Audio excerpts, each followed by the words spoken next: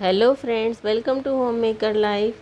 तो आज हम बनाएंगे नवरात्रों में फलाहार के लिए खाने के लिए साबूदाने की बर्फ़ी। तो ये बहुत ही कम सामान में तैयार हो जाती है, बहुत ही कम समय में तैयार हो जाती है और खाने में भी बहुत स्वादिष्ट लगती है। तो एक बार इसको बना के 2 वीक तक आराम से आप इसको खा सकते हैं। तो बार बार बनाने का झंझट भी ख़त्म। एक बार इसको बना के रखिए और व्रतों में खाइए इसको। तो इसके लिए हमने लिया है 1 लीटर दूध। आप कच्चा दूध ले सकते हैं, ये पहले से उबाला हुआ दूध है। 1 लीटर दूध हमने लिया है इसको। तो दूध को हमें बॉईल करना है जब तक कि ये आधे से भी कम ना रह जाए। तो इसको रख देते हैं उबलने के लिए। तब तक हम लेते हैं अपना साबूदाना। तो हमने लिया है 1/3 कप साबूदाना और इसमें ली है 2 चम्मच मूंगफली और 1/4 कप मखाना। इन तीनों का मिश्रण हमें इसको भूनना है गैस पर। तो दूध को हम रख देंगे साइड में और अपने साबूदाने को भूनेंगे हम गैस पर। स्लो फ्लेम पर इसको भूनना है, ज़्यादा देर तक नहीं भूनना है। सिर्फ तब तक ही इसे भूनना है जब तक कि जो हमारा मखाना है वो क्रिस्पी ना हो जाए और जो मूंगफली है उसका कच्चापन ख़त्म हो जाए। बस इस तरह से स्लो फ्लेम पर चलाते हुए हमें इसको भूनना है। तो इस तरह से हमारा मखाना सॉफ्ट हो गया है। तो अब हम गैस को कर देते हैं बंद और इसको निकालते हैं प्लेट में और इसको करेंगे हम ठंडा। इसको ठंडा करने के लिए रख देंगे। जब तक हमारा मखाना ठंडा हो रहा है तब तक हमारा दूध को देख लेंगे। तो दूध भी हमारा आधा हो गया है, सिर्फ 10 मिनट और इसको बॉईल होना है। ये हमारे साबूदाने ठंडे हो चुके हैं। अब हमें इसका बनाना है पाउडर। तो इसको लेंगे हम मिक्सी के जार में और कोशिश करेंगे इसको फाइन पाउडर बनाने की। तो इसको अच्छे से चलाते हुए इसका हमने पाउडर बना लिया है। तो इसका पाउडर जो बारीक वाली सूजी रहती है उसके टेक्सचर के जैसा बनेगा। ज़्यादा फाइन तो ये नहीं होता, लेकिन उसके जैसा रहेगा ये।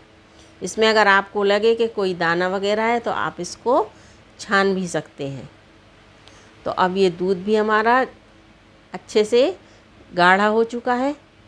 तो इसमें डालेंगे हम शक्कर। तो जितना हमने साबूदाना लिया था उतनी ही हमें 1/3 कप शक्कर डालना है।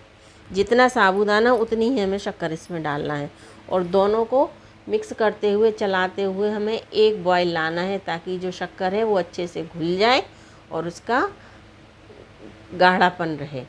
तो गैस को कर देंगे हम बंद और अपने दूध को रख देंगे हम साइड में। और अब लेंगे हम एक पैन, इसमें डालेंगे हम 2 चम्मच घी और जो हमने साबूदाने को पीस के रखा था इसको हमें इसमें स्लो फ्लेम पर तकरीबन 5 मिनट भूनना है। तो इसमें कोशिश करें कि नॉन स्टिक पैन लें और थोड़ा बड़ा लें, क्योंकि जब हम इसमें दूध डालेंगे तो वो उसके छींटे पड़ते हैं थोड़ा, तो इसके लिए और चिपकेगा। नॉर्मल पैन होगा तो सिर्फ चिपकेगा, बाकी कोई परेशानी नहीं आएगी। तो इस तरह से इसको स्लो फ्लेम पर चलाते हुए हमें 5 से 7 मिनट तक भूनना है। इसका कलर हमें चेंज नहीं करना है, सिर्फ जो मूंगफली भुनी हुई है और जो साबूदाने को हमने पीसा है, पीसी हुई मूंगफली, दोनों थोड़े से भुन जाएं इस तरह से। तो इस तरह से हमारा ये मिश्रण भुन चुका है। अब इसमें जो हमने दूध को और शक्कर को मिक्सचर रखा था इसको हम इसमें पलट देंगे और इसको हमें फटाफट से चलाना है। इस तरह से किसी स्पैचुला की या उसकी मदद से जल्दी जल्दी इसको चलाना है, क्योंकि साबूदाना है तो ये गाढ़ा भी बहुत जल्दी होता है। तो इस तरह से इसको फटाफट से चलाते हुए एक कंटिन्यूअसली इसको चलाना है।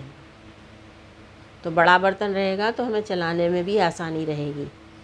इस तरह से देखिए कितनी जल्दी ये गाढ़ा हो गया। अब इसे देखकर कोई कह नहीं सकता कि ये साबूदाने की बर्फ़ी है, लग रहा है ना कि मावे की बर्फ़ी बन रही है।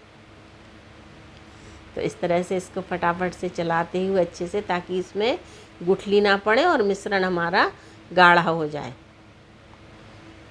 इस तरह से।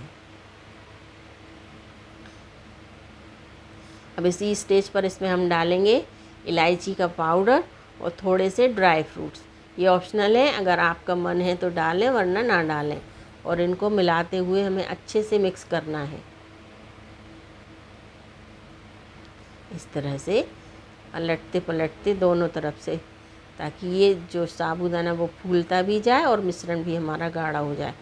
तो इससे थोड़ी दिक्कत आ रही थी, तो ये नॉन स्टिक वाले स्पैचुला से इस तरह से हमें दबा दबा के अच्छे से अपने मिश्रण को एक सा करना है, इस तरह से।